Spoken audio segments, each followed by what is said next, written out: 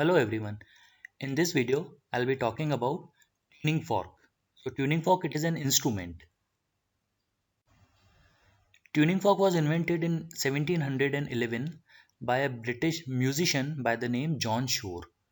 The tuning forks which are available nowadays they are made of steel, alloy or aluminium.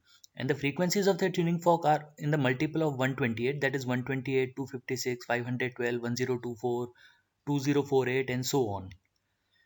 And there are two types of tuning forks commonly used. One is Hartmann tuning fork, and another one is Gardner Brown tuning thumb rest tuning fork. So here we have different tuning forks. These are the steel tuning forks, and these are tuning forks made of aluminium. Now this is a Gardner Brown tuning fork. Here we can see there is a thumb rest, and this is without thumb rest. So this is Hartmann's tuning fork. Now parts of the tuning fork, these are the prongs, these are the shoulders, this is the stem, and this is base. The frequency of the tuning fork is written here. So here we can see that it is written 128 Hertz. Then here it is written 512 Hertz.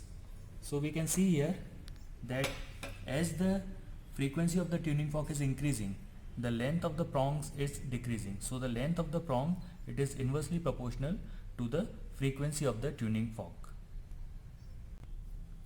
Now when we set the prongs into vibration, that is called activation of the tuning fork or charging the tuning fork.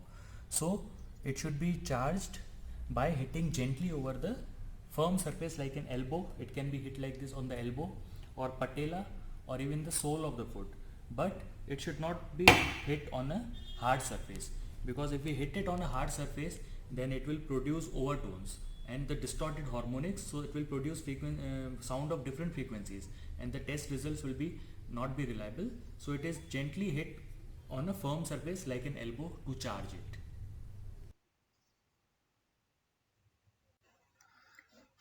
So we saw that there are different frequencies of the tuning fork available, but clinically 512 is the most commonly used.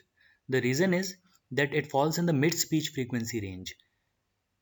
So and the tone decay is minimal and it has no overtones. The tuning forks which are of lower frequencies than 512, they are more felt than heard. That is, they produce bone vibration. So they are more used for CNS examination rather than for hearing assessment. And the higher tuning forks, more than 512 hertz, they have a shorter tone decay. So again, they are not very reliable for hearing assessment.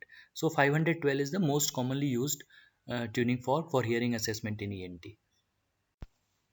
So there are various tuning fork tests like Rinne test, Weber test, absolute bone conduction test, then Schwabeck's test, Bing test, Gall's test. Now I have prepared separate videos for all these tests, and that can be seen on my channel Learning ENT. Thank you.